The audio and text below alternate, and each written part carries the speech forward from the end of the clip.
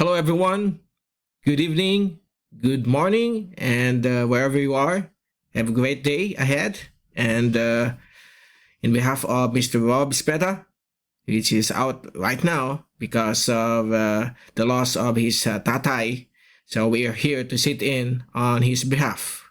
And this is your host, Mike, Mr. Typhoon Padua, Senior Typhoon Specialist, owner of and founder of the Typhoon2000.com since 1997.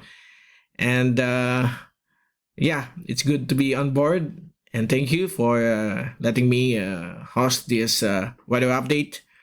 Especially we have two tropical cyclones, Tropical Storm KUJIRA and Typhoon Dolphin. And this is for this Wednesday, August 5, 2026 English version. This is brought to you by Typhoon 2000, Naga College Foundation, and WesternPacificWeather.com. And it's an honor to be a part of your channel. And to all the guys that's helping Robert, may you have a great life ahead. Okay, now before we begin, I would like to promote my website. If you want more of my channel, this is my YouTube channel, Mr. Typhoon.tv.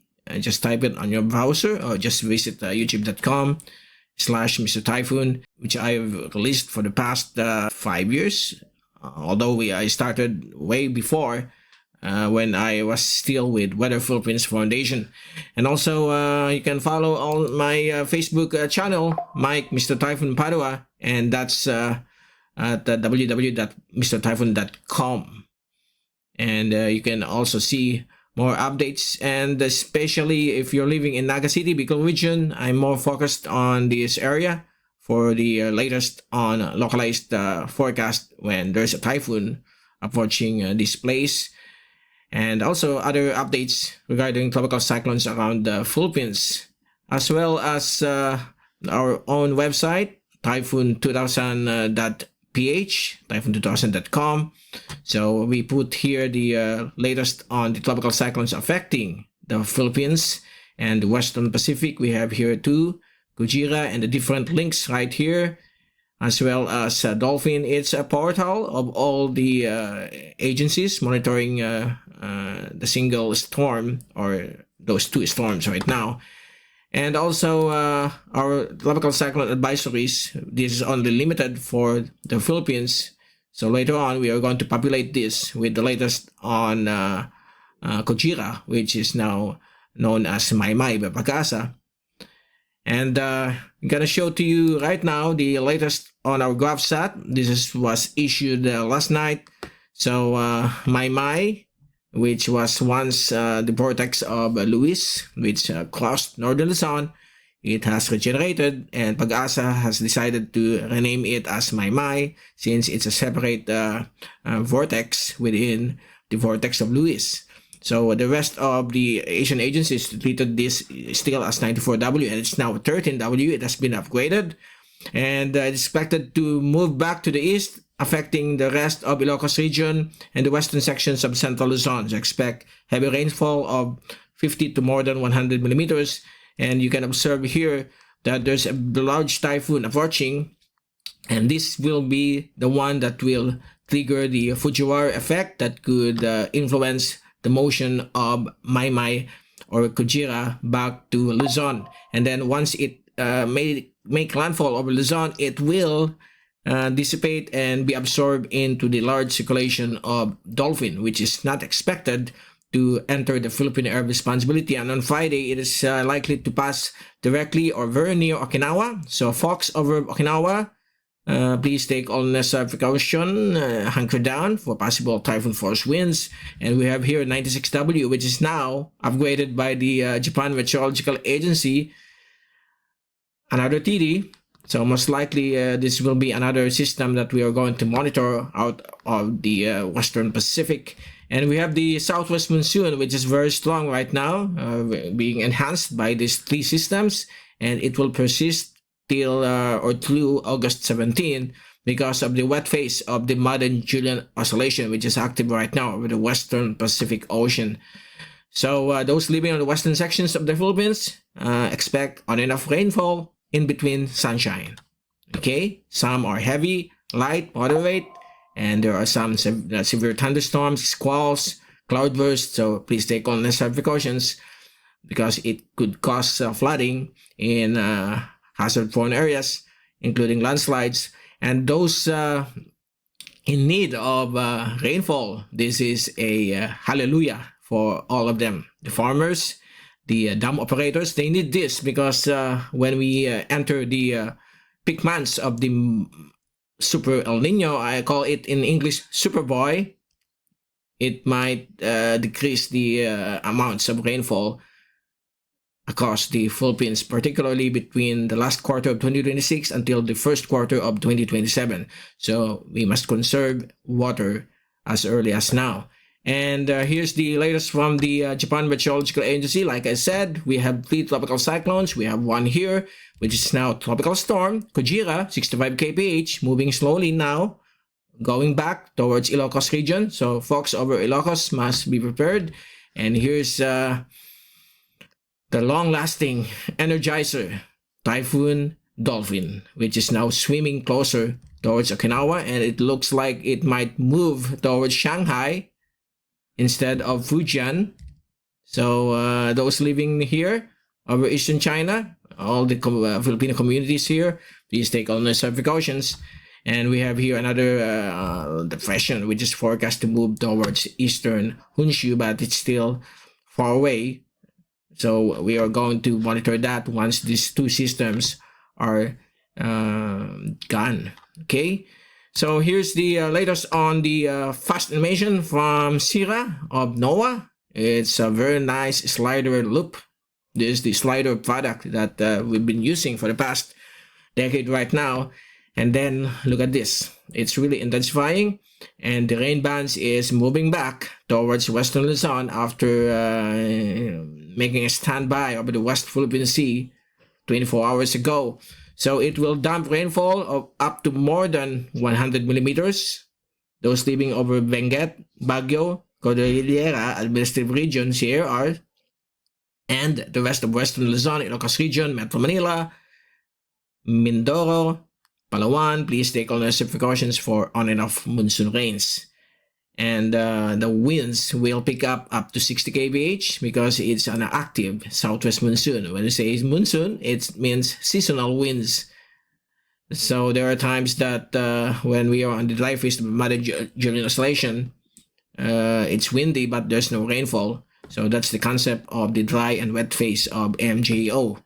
So right now, I'm going to show to you the zoom in satellite animation of Tropical Storm KUJIRA, which is still being bombarded by what we call as upper level winds, or in technical term or meteorological term, it's known as vertical wind shear. Right now, most of the convection is on the south and southwest of the center. The center is currently here. Okay. And then you can see that there's a dry air intrusion on the northeastern and eastern quadrant of the storm because there is a strong, moderate to strong wind shear, particularly here in this lower portion of the circulation. I'm going to show to you right now the CIMSS wind shear product, and the storm right now is currently here. And you can see moderate to strong of 35 to 55 kph northeasterly wind shear. That's why most of the top is blown towards the southwest, most of the convection. But once it moves back towards Luzon in the next 24 to 48 hours, these rain bands will dump heavy rainfall across the western sections of Luzon. Okay. And then we have here the track of the Joint Typhoon Warning Center. It's already upgraded it into 13W, moving towards the west slowly, and it's likely to become a tropical storm as well this afternoon. But Japan already upgraded it early this morning. And then it's likely to make landfall based on their forecast later tonight over in the vicinity of Vigan City in Ilocos Sur. And this is the 𝗶𝗶𝗺𝗿𝗶𝗺𝗿 bulletin as of 8 o'clock this morning. And there's a new one within the next 30 minutes. Just browse the website of Pagasa. So it's also a tropical storm, 65 kph, 170 kilometers west of Bacnotan, La Union. And that's it. It's also moving towards Ilocos region. And here's the zoom clock of Pagasa. So expected to make landfall over Ilocos Sur, the southernmost part of Ilocos Sur, the boundary between La Union and Ilocos Sur, sometime tonight.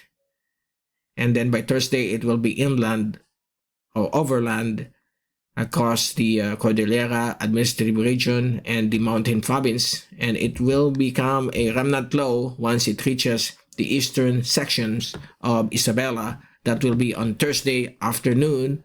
It will be absorbed into the flow of the southwest monsoon, moving towards the large circulation of Dolphin. So here's the multi-agency. So the tracks are identical to each other, although some are north, middle, and south of their respective tracks.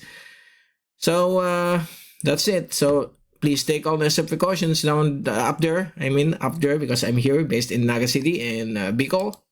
And then here's the model tracks of all global models monitoring KUJIRA, and they all agree it will cross northern Luzon. But there's one lacking here, which is, guess it, DeepMind. Because if you look at the latest on the DeepMind, it's no longer there. But there's still a very small circle of ensemble showing it as a low pressure system moving back towards northern Luzon. But I commend this AI model of Google DeepMind because they are the only one that forecasted this system to cross northern Luzon and move it back here and move back to the east. Okay, so it's an amazing technology, this AI model, and it will keep improving for the next 3, 5, or even in a decade. It's gonna be much improved. One thing that we are wishing that this AI model must improve is the intensity forecast, because until right now it's very hard to forecast the intensity of the system. Like you can see here, this is Typhoon Dolphin. Look at that, only category 1, but right now it's category 3, but the forecast model of this Google DeepMind shows category 1 only until Okinawa. So it's still a long way to go, but it will be accomplished in the next decade if technology improves. Okay, and here's the wind warning, tropical storm wind warning signals. Okay, which is now being raised across northern portions of central Luzon and the rest of northern Luzon. So right now, there's a wind signal number 2 raised by Pagasa over Ilocos Sur, La Union, and here over the northern Pangasinan area, Lingayen. Okay, so please take all necessary precautions for winds of 60 to 80 kph, while the rest of northern Luzon, just look at the places. So these are under wind signal number 1, which is expected to have winds of less than 60 kilometers per hour or less than 64.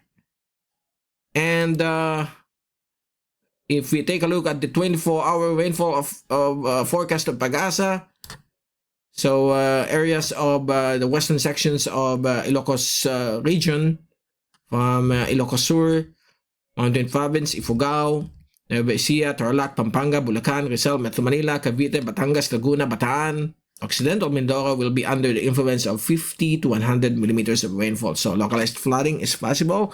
So just read these impacts for today.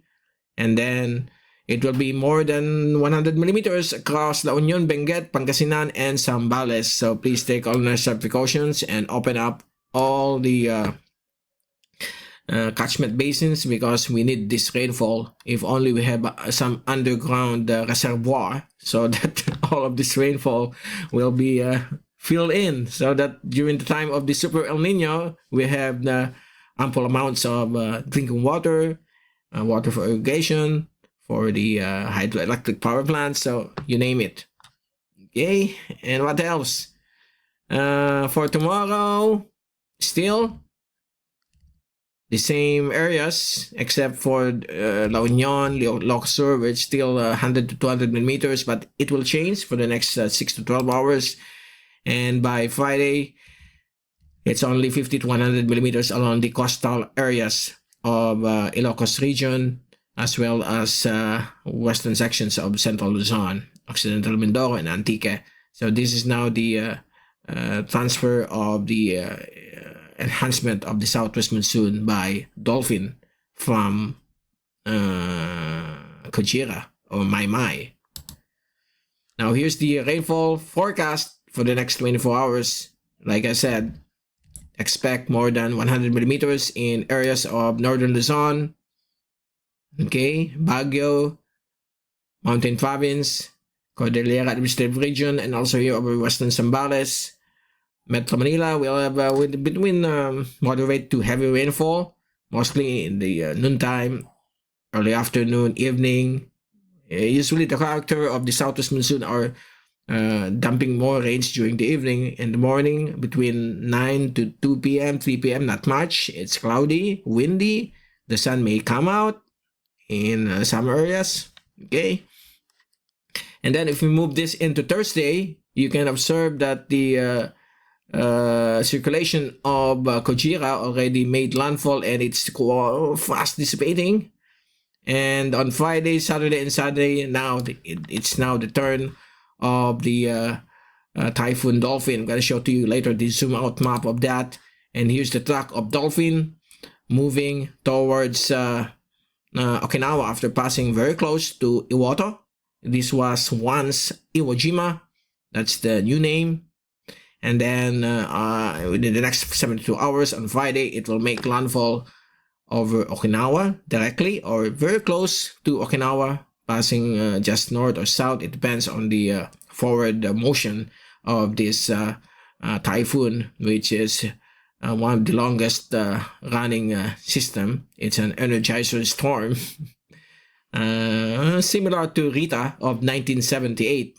If only I can show to you the image of Rita. It formed south of Hawaii and it made landfall here.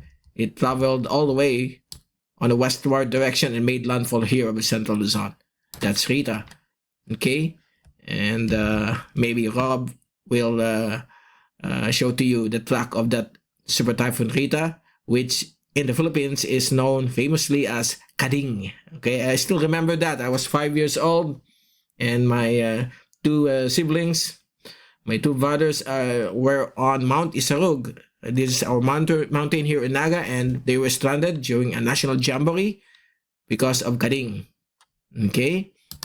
But they are safe enough because the eye or the main core passed north of Naga, not affecting directly Bicol region, only come norte and made landfall over central Luzon. It's a big typhoon. It's a big event during 1978. And then here's the track of the large circulation of Dolphin, and it's currently fixed at 1,250 kilometers in diameter, and it's moving straight runner. We call this a straight runner. Typhoons moving like this is straight runner, move towards the west, and it most likely to affect eastern China early next week. So expect very heavy rainfall again, because the problem of this storm, once it makes landfall, is not the wind anymore, but the remnants that will bring very high amounts of rainfall across the eastern provinces of China. So please take all those precautions down there. And here's the track right now of windy.com. As you can see, the system might be undergoing another eyewall replacement cycle. How many times that this has been changing the eye? Okay, I call this like an automobile changing oil every 6 months. So it's the same. Typhoon needs to change the eyewall. That's why it weakens a bit, re-intensifies, more powerful, weakens again, re-intensifies just right. So right now it re-intensifies again after its low speed of 140. I think it was yesterday, and it moved back to 205, 210, 215 in some point of that wind data from NOAA. So guys living here over Okinawa, please take all necessary precautions, because this will gonna be bringing some very serious damage and winds of up to 185 kilometers per hour. Right now, it's still a category 3. It weakened a bit from 195. It's now down to 185, and it's likely to slowly weaken. Upon reaching Okinawa, it's already forecast to become a category 2, downgraded to be down to category 2. And because of decreasing oceanic heat content and the area here, the oceanic sea surface, the sea surface temperature is becoming cooler. Okay, and here's the forecast of the rainfall for the next 5 days. You can see once the system passes over Okinawa, Dolphin, the southwest monsoon is stationary over the western seaboards of Luzon down to Mindoro and western Visayas. So on and off rainfall will be expected, and on Sunday it will also dump heavy rainfall across the mountains of Taiwan. Okay, so that's it. That's the forecast until it makes landfall on Monday and Tuesday, August 10 and 11. The southwest monsoon will prevail because there's another system forming here. If we move this forecast up to 14 days, which is highly uncertain yet, this is not yet at high probability, you can observe that there might be a vortex forming here over the Philippine Sea, another cyclone, based on the forecast of the ECMWF. There you go. That's the forecast between Saturday, August 15 to August 19, Wednesday. There might be another low pressure system here, and then one here south of Hong Kong. So it's still highly uncertain. We'll observe that in the coming days. So just wait for the latest update from Robert and the rest of the gang at westernpacificweather.com, and likewise here at our channel, Mike, Mr. Typhoon Padua, and Mr. Typhoon YouTube channel. And for the wave heights, those fishermen watching right now, okay, you can see here that wave heights are expected to increase up to 4 meters along the whole of the Philippine Sea, including the West Philippine Sea, because of the swells generated by Typhoon Dolphin and the enhancement of the southwest monsoon. So over the inland waters of our country, it will remain less than 2 meters, but still rough for small sea crafts. So please take all necessary precautions for this coming weekend. So there you go. That's the latest from our end, Typhoon 2000, and for our channel, Mr. Typhoon.tv, and especially for our first collaboration with Robert Speta. Again, condolences to you and your family, and I'm glad to be here in Western Pacific Weather for our very first collaboration to help your channel, keep you always informed, for the public to know where these tropical cyclones are located. Okay, and by the way, if you want the Tagalog version, you can visit my website, my channels. I have a Tagalog version kung gusto niyo malaman ang mga latest sa bagyong nakaka-apekto sa ating bansa. Okay, again, thank you so much for watching this channel, Mike, Mr. Typhoon Padua, and also westernpacificweather.com, also the channel of Robert Speta. Thank you so much. It's a great honor. I love you guys. See ya.